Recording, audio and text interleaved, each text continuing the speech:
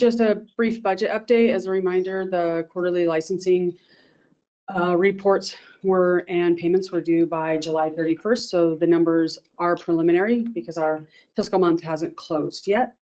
But could I get next slide, please?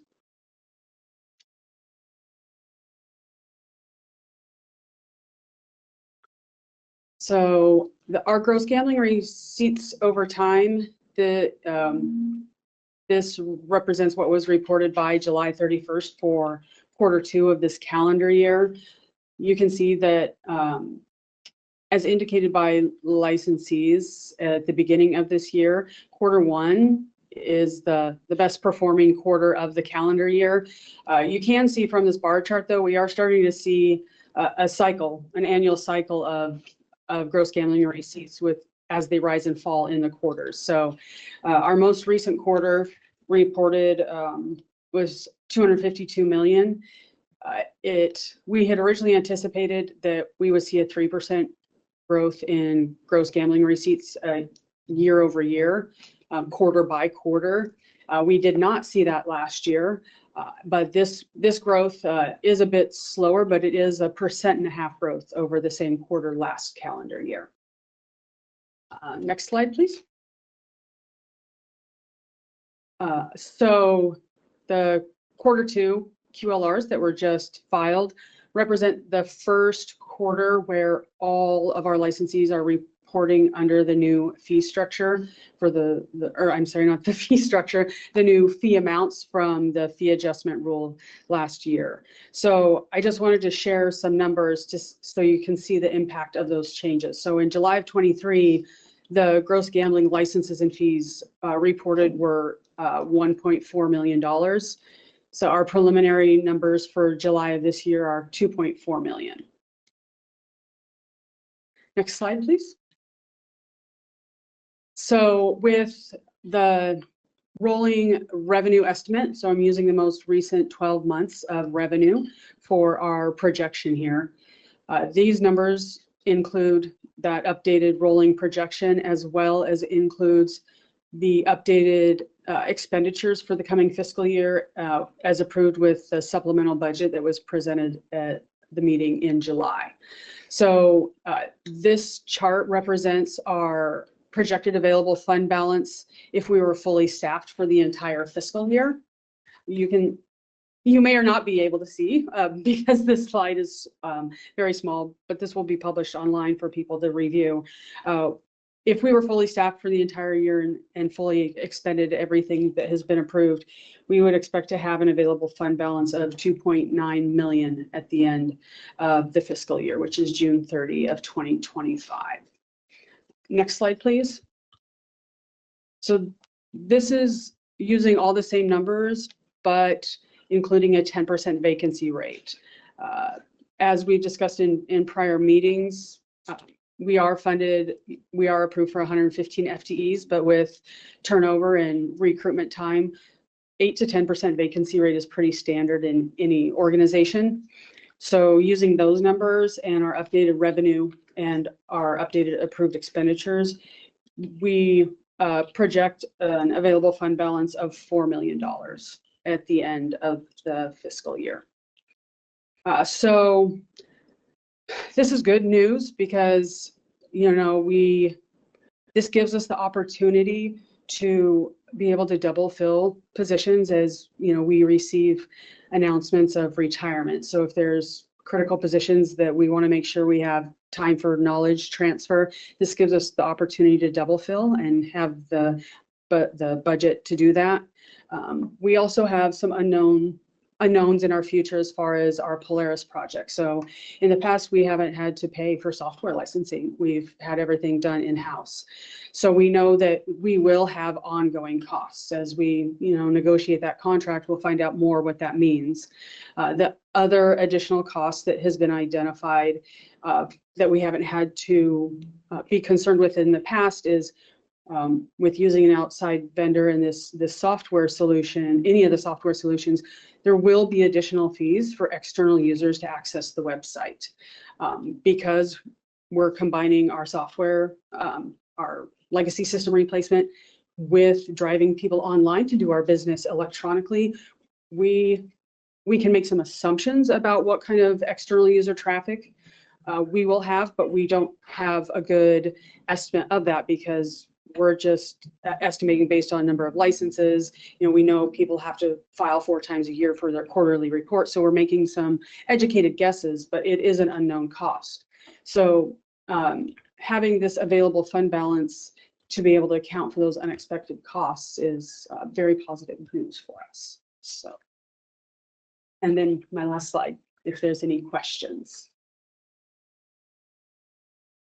Thank you. Any commissioners have any questions? Yes.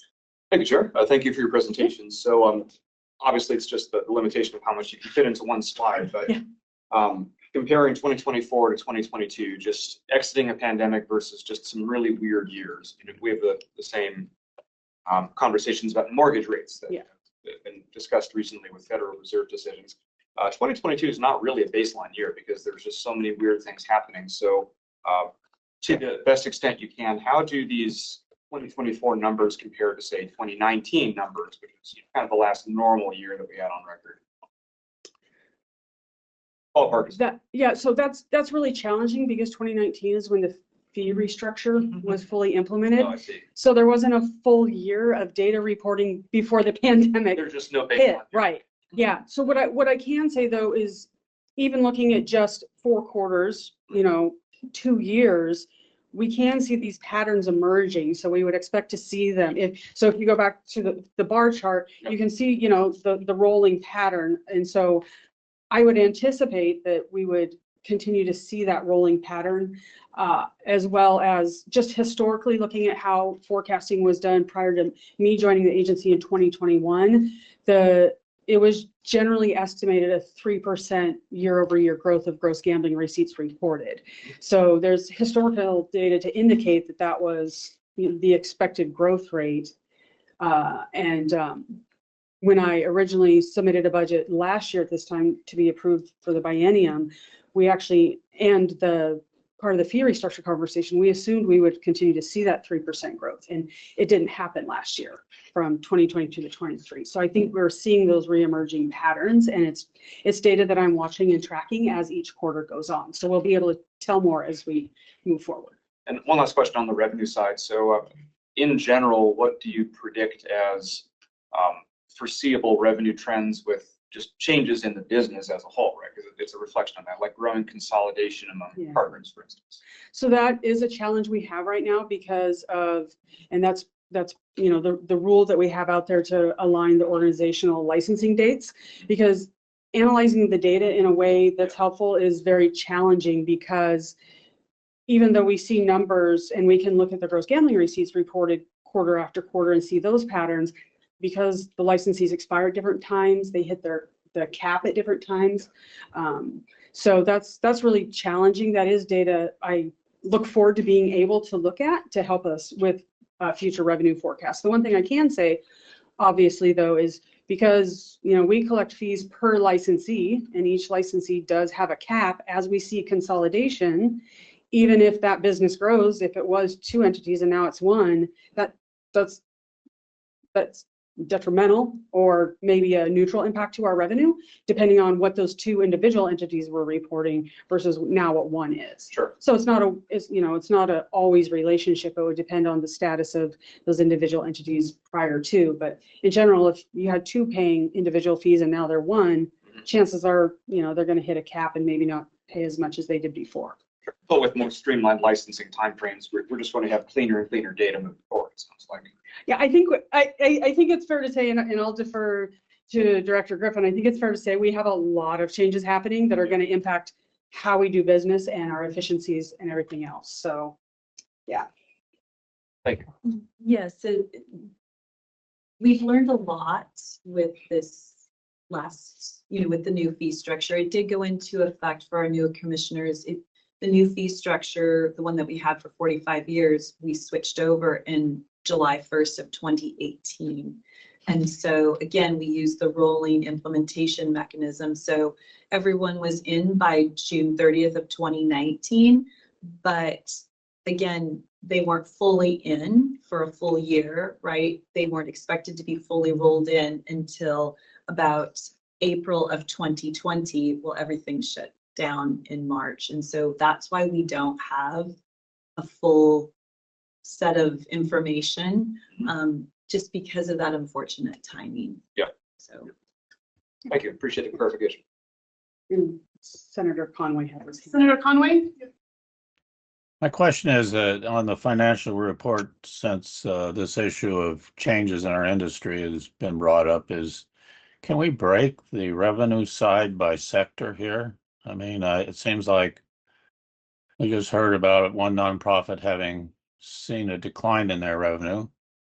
I'm just wondering if we can have a revenue breakdown by sector, and because that'll give us more ideas of what's going on in the gambling world. I can certainly provide more detail and follow up with that, yes. Okay, very good. Thank you. Are there any other questions from commissioners? I have maybe, I don't know if it's a question, maybe more of a comment, but just to provide a little context of the time period of the fee simplification, fee restructure. We had at the very beginning of my time on the commission in mid 2014, had been faced with a very dire financial picture for the agency, which resulted in layoffs, some voluntary quits, and I believe a 6% across the board increase on fees for all of our license holders. So, the fee restructure was, in response to looking at, being able to evaluate whether 6% across the board or some percentage across the board was the right move or not.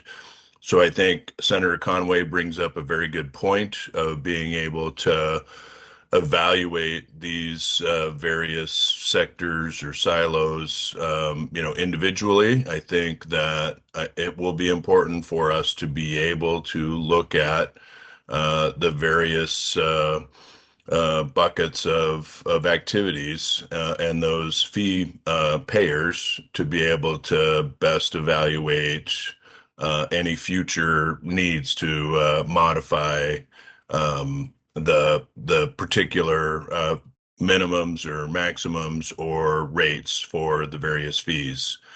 And then finally, I think, the presentation, I think, tells us that there's not a need to modify the fee structure and fee rates at this point. So yeah, thanks for the presentation. I think it's going to be important to, be able to evaluate, sector by sector as we go forward.